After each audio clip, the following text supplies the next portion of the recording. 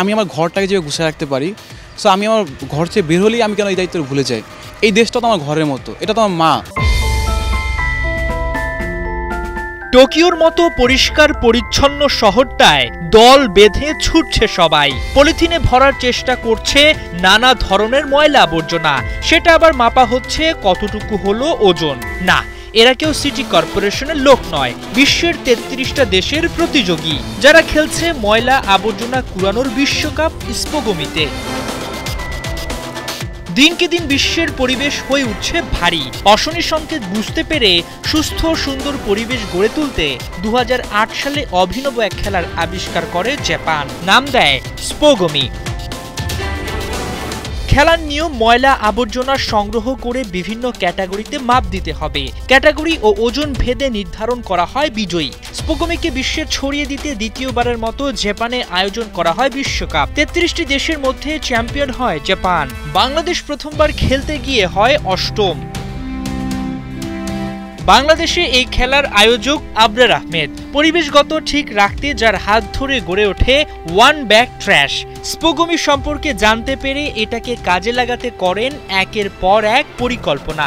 জাপানে বাংলাদেশকে প্রতিনিধিত্ব করেন আরও ৩ জন নিয়ে। জানান, এটা কেবল খেলা নয়, পরিবেশ বাঁচানোর বড় হাতিয়ারও বটে। আসলে এইটা হচ্ছে নট একটা স্পোর্টস, এটা একটা বিনোদনের মাধ্যম, পাশাপাশি একটা সামাজিক দায়বদ্ধতার একটা জায়গা আছে এখানে, যে আমরা আমার সমাজের প্রতি আমার কী দায়িত্ব আছে, আমার দেশের প্রতি কী দায়িত্ব আছে। আমি আমার ঘরটাকে যেভাবে গুছিয়ে রাখতে পারি, সো আমি আমার ঘর থেকে বের হলেই আমি কেন এই দায়িত্ব ভুলে যাই।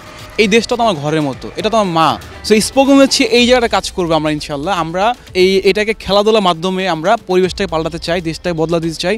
সর্বোপরি আমরা আমাদের দেশে যে যত ময়লা আবর্জনা ফেলার যে একটা কালচার আমরা আছে আমাদের, এইটাকে আমি চেঞ্জ করতে চাই। ময়লা আবর্জনা কুড়ানোর খেলা হতে পারে, এটা অনেকেরই অজানা। তাই হাসি তামাশায় নানা সময় বাধার মুখে পড়তে হয় আবরার হানিফদের। আমি যখন চায়নাতে পড়াশোনা করতাম, তখন দেশে আসার পরে আমার মনে হলো যে আসলে আমরা অনেক পিছিয়ে আছি।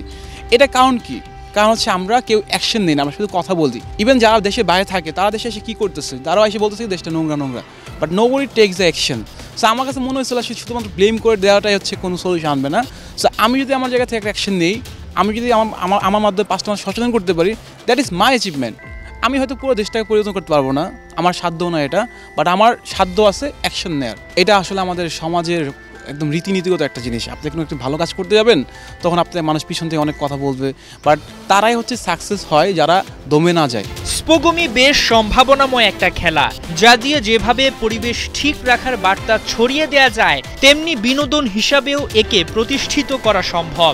আগামীতে সিরিজ, টুর্নামেন্ট, এমনকি ২০২৭ সালের বিশ্বকাপটাও বাংলাদেশে করার স্বপ্ন আয়োজকদের। তবে দরকার সরকারি বেসরকারি সহায়তা। আপনি বলছিলেন ২০২৭ সালে আবার স্পোগমি বিশ্বকাপটা হবে। বাংলাদেশের যে পরিবেশ, বিশেষ করে যদি ঢাকার কথা বলি, যে এখানে যে পরিমাণ জনসংখ্যা এবং থাকার জায়গা খুবই অল্প, চারপাশ সব সময় নোংরা হয়ে থাকে, ঘর থেকে বের হলেই খুব আফসোস হয়, খারাপ লাগে, দম নিতে আসলে সমস্যা হয়। তো সেক্ষেত্রে যদি ২০২৭ বিশ্বকাপটা বাংলাদেশে আয়োজন করা যায়, আপনারা যদি কোনোভাবে সেটা করতে পারেন, তাহলে হয়তোবা এই যে দেশগুলো আসবে তারা বাংলাদেশ সম্পর্কে জানবে, বাংলাদেশের মানুষের আগ্রহটা বাড়বে এবং নতুন নতুন খেলোয়াড় আমরা পাবো। শুধুমাত্র তো এটা খেলোয়াড় নয়, সবারই একটা দায়িত্ব। তো সে ব্যাপারে আপনারা নিশ্চয়ই গভর্নমেন্টের সঙ্গে কথা বলবেন, বা স্পোগমিতে যারা রয়েছেন ওয়ার্ল্ডে, তাদের সঙ্গেও আপনাদের একটা সবসময় সক্ষতা থাকবে যে কোনোভাবে যদি ২০২৭ ওয়ার্ল্ড কাপটাকে বাংলাদেশে নিয়ে আসা যায়, তাহলে বাংলাদেশের পরিবেশটা হয়তো এর মাধ্যমে চেঞ্জ হওয়ার একটা বীজ রোপণ হবে। এক্স্যাক্টলি। আসলে জাপান যেহেতু মাত্র খেলাটা শুরু হয়েছে, তো জাপান ব্যাক টু 2টা ওয়ার্ল্ড কাপ নিজে হোস্ট করে, বাট এইবার এটা নিয়ে কথা হয়েছিল এবং সেখানে আমি প্রথম যে আর কি এখানে বলা হচ্ছিল যে আমরা কি এটা সরাই দেবো কি না। তো আমি প্রথম বলেছিলাম যে আমরা ২০২৭ বিশ্বকাপটা বাংলাদেশে আমরা এটা হোস্ট করতে চাই, যদি আপনারা আমাদের অনুমতি দেন। তারা এটা নিয়ে থিঙ্ক করতেছে, এবং আসলে আমাদের দেশে কেন এটা আমি তাদেরকে বলি, বিকজ স্পোগমি হচ্ছে এমন একটা জিনিস, সেটা যে ইম্প্যাক্ট পড়বে সমাজে। সো জাপান অলরেডি একটা ক্লিনিং একটা দেশ, সেখানে আসলে এটা কতটা ইম্প্যাক্ট পড়তে পারে। তবে হ্যাঁ, তাদের সুনামটা অনেক ছড়াচ্ছে, 33টা দেশ পার্টিসিপেট করছে, সামনে আরও বাড়বে এটা।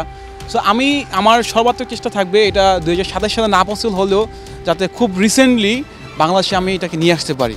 এবং আপনি জানেন আমাদের দেশে এইটার ইম্প্যাক্টটা আসলে আমি মনে করি সবচেয়ে বেশি পড়বে এটা, কারণ আমাদের চেঞ্জ হওয়ার বিষয়।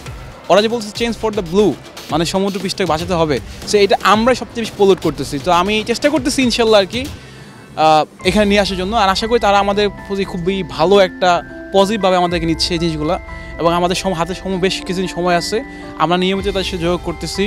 ইনশাল্লাহ আশা করি খুব ভালো একটা ফলাফল আসবে বাংলাদেশের জন্য।